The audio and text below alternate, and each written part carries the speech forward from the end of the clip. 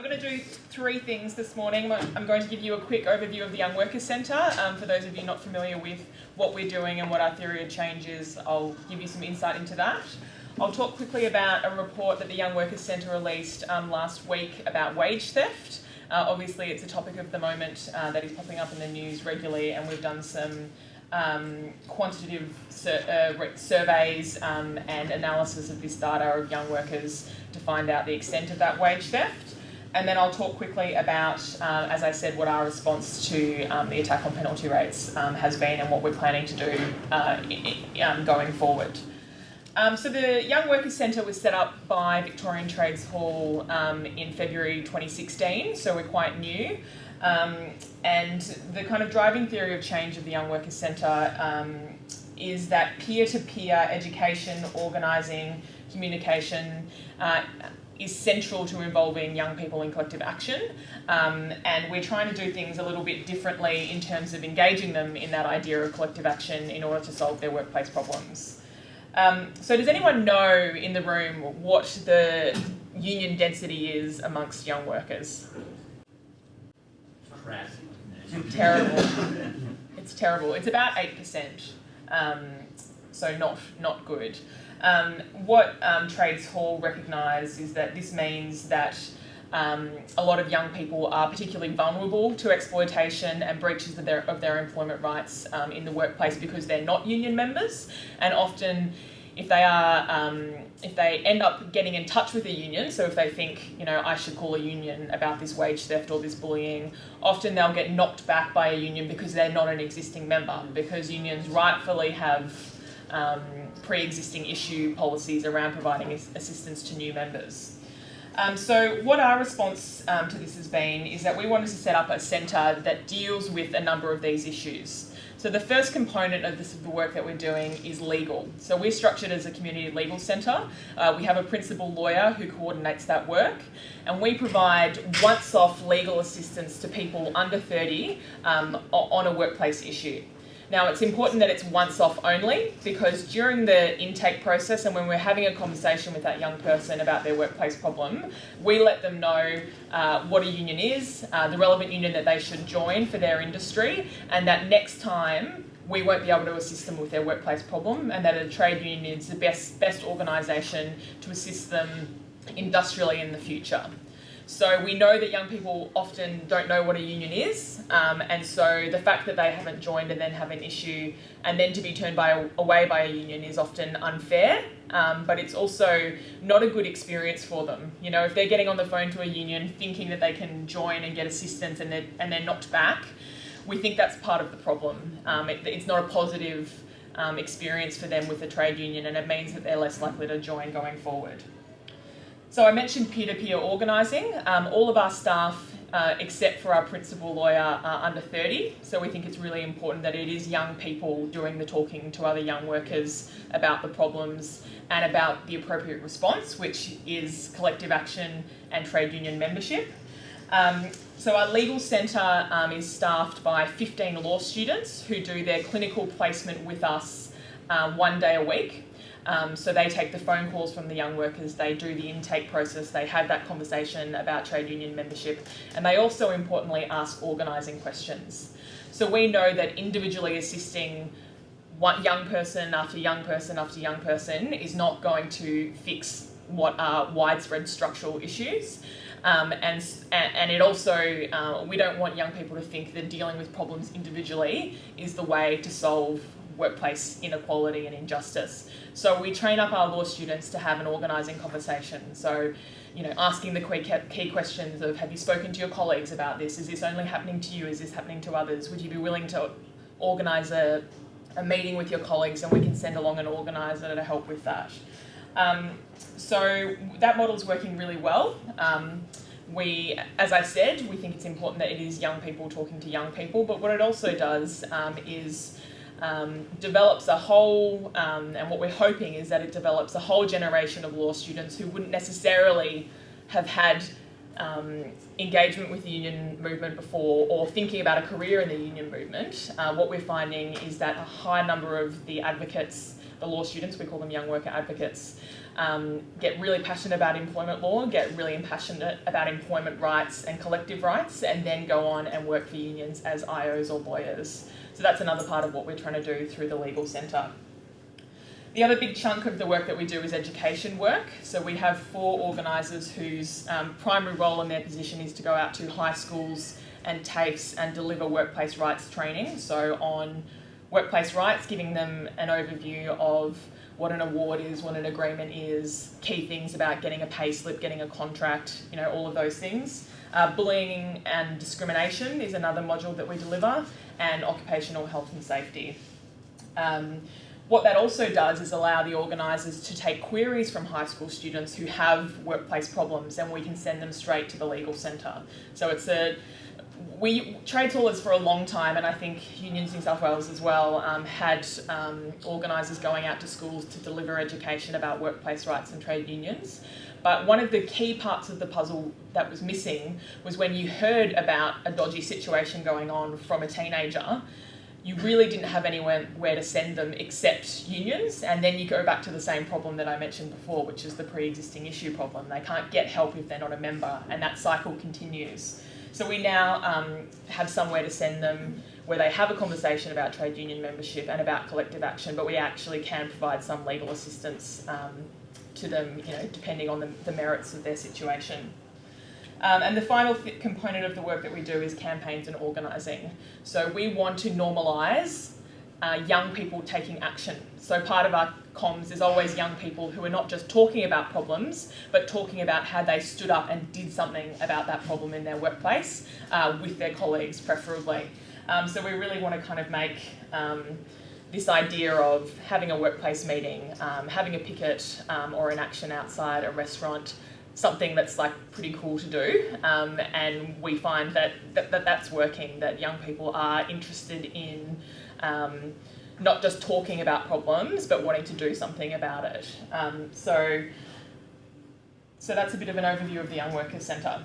Another part of what we do, as I mentioned, is research. So between July and August last year, we surveyed over 1,000 young Victorians about their experiences at work. We've released 2 reports on that. I brought along a few copies. The first was on bullying and health and safety at work. I should say that one of the key funders of the Young Workers Centre project, for those of you in the room asking how did Trades Hall get all this money, is through WorkSafe, which is the state body for health and safety. So a big focus of the education and research work that we do is around young workers and health and safety. And the justification for the allocation of that funding is that because young people are so much more likely to experience an injury in the workplace, and when young people get injured at work, they're 20% more likely to be hospitalised as a result of that injury. So there is a real mandate for explicit organising, education, research, resources being put into young workers' health and safety. So our report, Young Workers, the Great Wage Rip-Off, I'll tell you some key things that we found. Surprise, surprise, we found that 1 in 5 young workers aren't paid the minimum wage. So we know we're hearing about wage theft scandals very, very frequently, and our data confirmed that idea that for a lot of young people, the idea of award rates or the minimum wage is a fiction. It's simply, it's not a legal flaw anymore. And what's making that worse is that young people see that their peers in a workplace are not getting paid it either. So it just kind of normalises these below legal standards rates. Another really frightening statistic around the minimum wage is that a lot of young people didn't even realise that they weren't getting paid the minimum wage in the first place. So again, there's a real issue with education amongst young workers about their legal rights. So many young people don't even know what the minimum wage is, let alone what award covers them and what award rates should apply to them. The next big one, and this kind of ties in with the theme of today, is around penalty rates. The number one thing that we heard from young workers after the Fair Work Commission's decision around penalty rates was, I wasn't getting them anyway. So we know that young people are disproportionately affected by the Commission's decision, but the reality is that penalty rates are not being paid to young workers who are entitled to them under the award anyway, and it's because of this widespread wage theft problem and the normalisation of that wage theft. So yes, we found that 3 in 4 young workers worked unsociable hours such as nights, weekends and evenings, but less than half are being paid penalty rates for that work. And the final statistic was that 1 in 5 young workers have worked unpaid trials to get their foot in the door. So I recall doing many job trials as a teenager where it was just normal that you would work 1-2 shifts, sometimes more than 8 hours, and never see any money for that. And we frequently get called, particularly from high school students, about that problem. The other one is that 1 in 2 have experienced off-the-clock pay violations, which is that very, very common practice, particularly in retail and hospitality, of where you clock off at 8 o'clock, but you actually keep cleaning until 8:40 every night, and you just simply don't get paid for that additional time. So that's the research that we've been putting out. It's available on our website if you want to look at it. Now, the penalty rates decision, as I said, a very big response from young workers that we spoke to when the decision was made was, well, I wasn't getting them anyway. Regardless of that response, we thought that this was a key organising opportunity to engage with young workers about their workplace rights and the need to fight for those rights. So some of the trade unions' response has largely been an electoral response. So we saw this being framed as Turnbull's decision.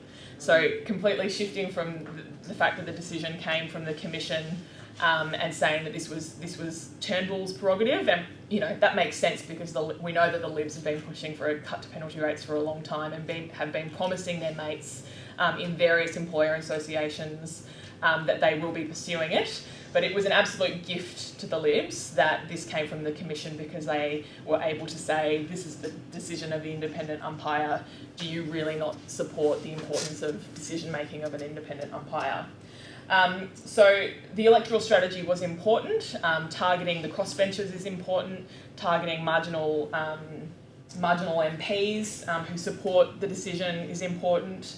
That work is being done in Victoria by the We Are Union volunteers that Trades Hall recruits, trains and continues to engage from state election activities. But for us, we really wanted to ensure that that this penalty rates decision was used as an organising opportunity in workplaces. So how did we do that? So the first thing that we did was we wanted to try a tactic that came from the Bernie Sanders campaign. I don't know if anyone in the room has read the big organising book that came out of the Sanders campaign. What they often did was these kind of town hall meetings where they try and get hundreds of people in one room and activists would split off into their own groups and there and then plan their own campaign actions that they would then recruit for on the night. So very, very action oriented, very much run by activists rather than paid organisers from the campaign. So like kind of trying to spread out, snowflaking. Everyone knows that snowflaking was the favourite term from the Obama campaign, but decentralising how actions were run and how the recruitment was done.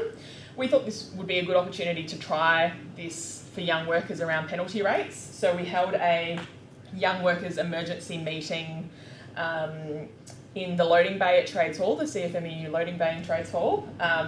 We wanted to try and get scale and we wanted to immediately break into groups and start planning actions that, again, were focusing on employers and workers as being the target rather than MPs and political parties being the target. And it's my view that the two are very complementary and both need to be done. So we got about 75, 80 young workers in the room, which I'll say was very hard work. We had our organisers doing turnout calls for about a fortnight, every night, doing phone banks, trying to get people to commit to coming. So we were quite happy with that number of about 80. Our target was 100, but it was enough to have the scale. We immediately broke everyone up into smaller groups. Leaders were then elected to put that up their hand and they then got to work planning a specific action that they would commit to holding in the next month. So since then we had 9 actions around Melbourne, run completely by volunteers. A lot of the tactics used were about going into shopping centres, food courts, doing blitzes, and again it's that peer-to-peer going and trying to target young workers while they're at work, having a brief conversation with them about penalty rates and whether they had a conversation with their boss about whether the change would be implemented, and trying to get the lay of the land about whether the decision had, a lot of employers, and what we heard through these actions is that some of them had already started implementing the cut anyway, so well before the July 1st implementation date, which is unsurprising, but nevertheless alarming. And that was a really good experience for us to try that approach, to really get activists to kind of step up and plan their own activities and then recruit themselves. So really trying to push that out to get activists to step up to do the work. And again, that focus on peer-to-peer organising, that this is all about young people going to speak to young people about what's happening to their penalty rates, what's happening in their workplace. So just briefly, the next phase of the penalty rates campaign that we're planning, we've been doing some really great organising in universities. So we're establishing a series of We Are Union chapters at different campuses and really trying to set up networks of leaders that come together and plan workplace campaigns either on their campus or more centrally. So the penalty rates decision was perfect for this because we needed something to shift our university activists into, and this is something that is felt very, very strongly and widely amongst young people, that this is another attack by boomers on young people who cannot get a break in any aspect of their lives right now. So it really played into that narrative that young people are really, really pissed off about anyway. What we're shifting to now is trying to go more geographic. So we are targeting, there's 2 options on the table at the moment, and this might be a bit foreign to non-Melburnians, but there's a strip in the city called De Grave Street. It's very famous in Melbourne, and it's back-to-back cafes. It's very, very popular amongst tourists and Melbourne people alike. We want to target De Graves, and the other target is Sydney Road, which is in Brunswick, which is an inner-city Melbourne suburb with heaps and heaps of retailers and cafes. We want workers going out to businesses, talking to the workers in businesses to get their employers to pledge not to implement the penalty rates cut. So the ACTU has been playing with this around clubs. I think trade unions in Queensland have been doing this idea of going into clubs and getting them to pledge that they won't support further advocacy to implement the cut to clubs. And that idea of really focusing on workplaces and making it really, really quite localised. So going out to businesses in your area, having the conversation with workers and trying to get the workers as a group to then go and talk to their employer about what their employers' plans are. So our young activists are really connecting with this idea of doing very geographic, targeted organising. And it really develops skills around area mapping. It also is conducive to things like pub crawls. So Brunswick, for example, has a lot of pubs on it. We think it's also quite a good way of making organising quite fun. So we'll see how that goes. What we're wanting to do in both of those areas is create a penalty rates registry so that we have very accurate, relevant, up-to-date data on what businesses in both of those geographic areas are planning to do about penalty rates, and we've got various strategies about a traffic light system, ranking those employers. And another key part of this strategy is around naming and shaming. So I think what we've seen from the penalty rates decision are 2 examples that I'll highlight. Lush, which is a fancy soap store, immediately came out in public and said that they would not implement the decision. And the ACTU and unions did a very good job of celebrating that and, praising employers who do the right thing.